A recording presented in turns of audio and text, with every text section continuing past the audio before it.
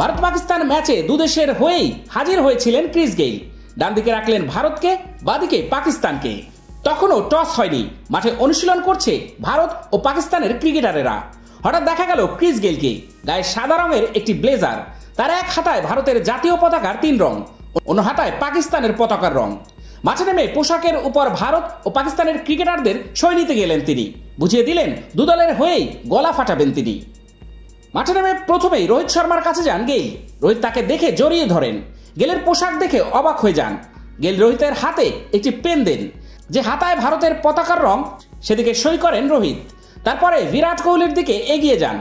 বিরাট তখন ফুটবল খেলছিলেন, সেই খেলায় অংশ নেন গেইল। তারপরে বিরাটেরও সই নেন তিনি। ভারতের বাকি ক্রিকেটাররাও গেইলকে দেখে এগিয়ে যান। ঋষভ পান্ট, যশস্বী জয়সওয়াল, হার্দিক পান্ডিয়া, একে একে সবাইকে জড়িয়ে ধরেন গেইল। স্মুথ শেভিং এর জন্য শুধুমাত্র কুল, নাথিং এলস। কাছ থেকে সই নেন তিনি। ভারতীয় ক্রিকেটারদের পরে পাকিস্তানের ক্রিকেটারদের কাছে যান গেইল। বাবর আজম সহ পাকিস্তানের ক্রিকেটারেরা একে একে গেইলের পোশাকে সই করেন, যে হাতায় পাকিস্তানের পতাকার রং রয়েছে সেদিকে সই করেন তারা। চলতি বিশ্বকাপে ব্র্যান্ড অ্যাম্বাসেডর করা হয়েছে গেইলকে। বিশ্বকাপের বেশ কিছু ম্যাচে খেলা শুরুর আগে মাঠে ট্রফি নিয়ে ঢুকতে দেখা গিয়েছে তাকে। নিউ ইয়র্কের নাসাউ কাউন্টি স্টেডিয়ামে ভারত পাকিস্তান ম্যাচ হয়েছে।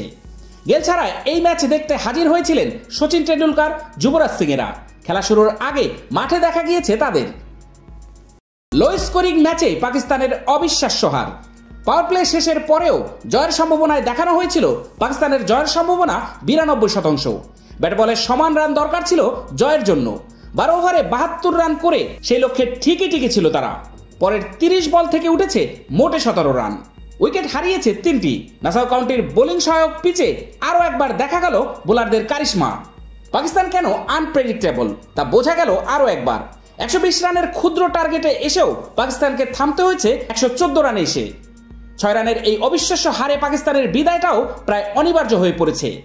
হার্দিক পান্ডিয়া ও জাসপ্রীত বুমরারা ভারতকে এনে দিয়েছে মনে রাখার মতো একটা জয়। এটি ভারতের টি-20 বিশ্বকাপের সবচেয়ে কম রান ডিফেন্ড করে জয়, একই সঙ্গে পাকিস্তানের জন্য সবচেয়ে কম রান তাড়ায় হার।